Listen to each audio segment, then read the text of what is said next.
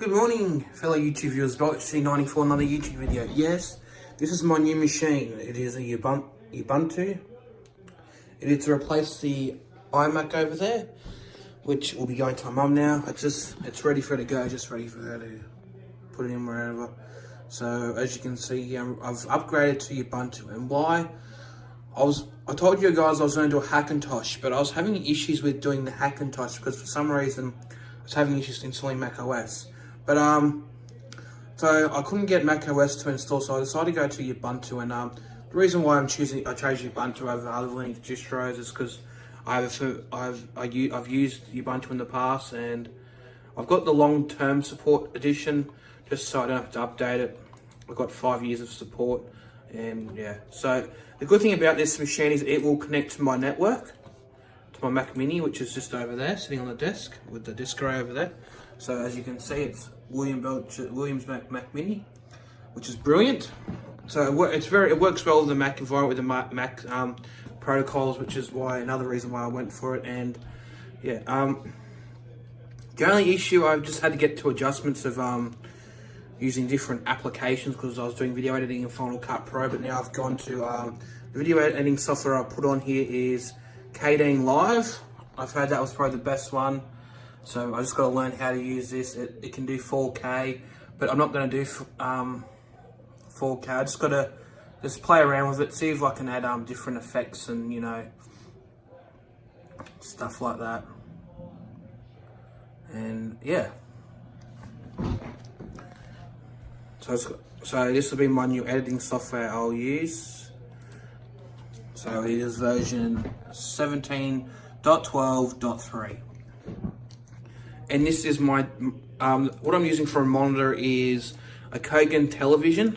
And the reason for that is, it's because all I can afford with a Mac mouse and keyboard, which will be replaced with something better. So here's the specs.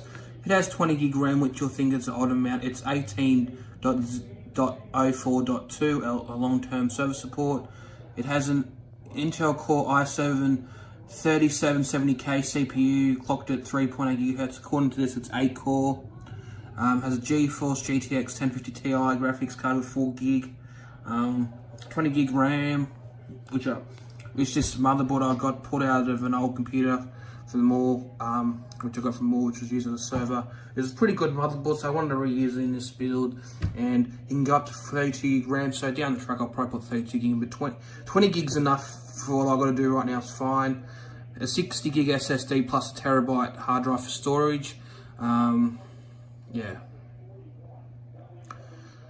And I'll show you, I'll go back to here. It has Bluetooth support. I just got to find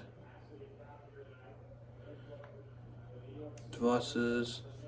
So for some reason it says Mastech, but it's a 32-inch Kogan television, so it's at 1920 by 1080p, 16 by 9, 60 Hz landscape.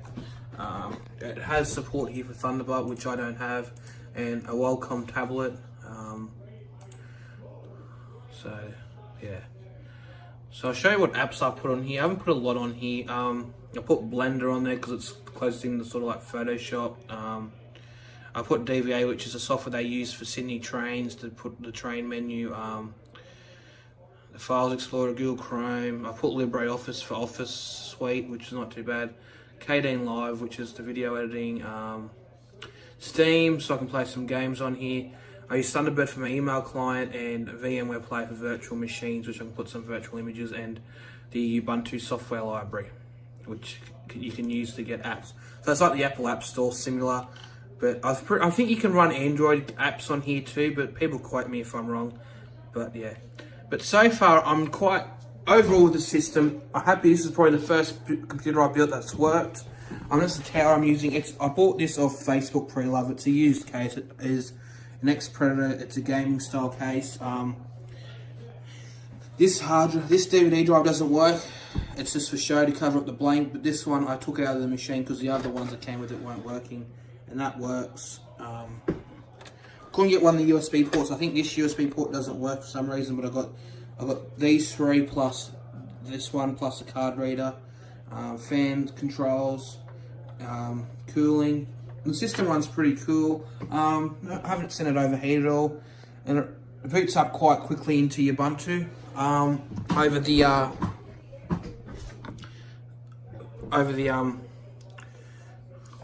iMac, because the iMac has a mechanical drive. So what I'll quickly do is I'll turn it off. Show you how quickly that does the boot turn off. Now it's off. I'll push the power button.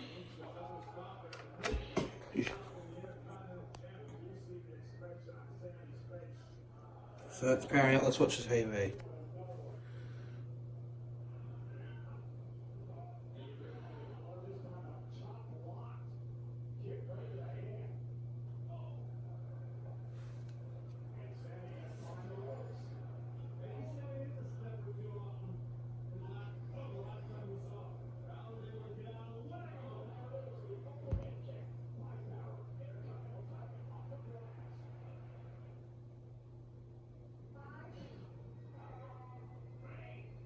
Yeah, just so it's at the desktop now, ready to use. Probably it takes under 30 seconds to boot, so it's faster than the iMac on booting, and pretty much I'm able to run apps. That SSD does make a difference, and this is this program here, Rumina, I think that's what it's called. I use that for my remote desktop to use the Mac Mini, which is good.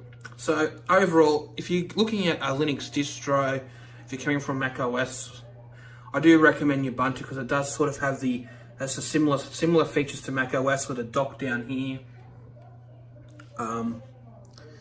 Yeah, so that's my recommendations. But play around. You might prefer something different. Yeah.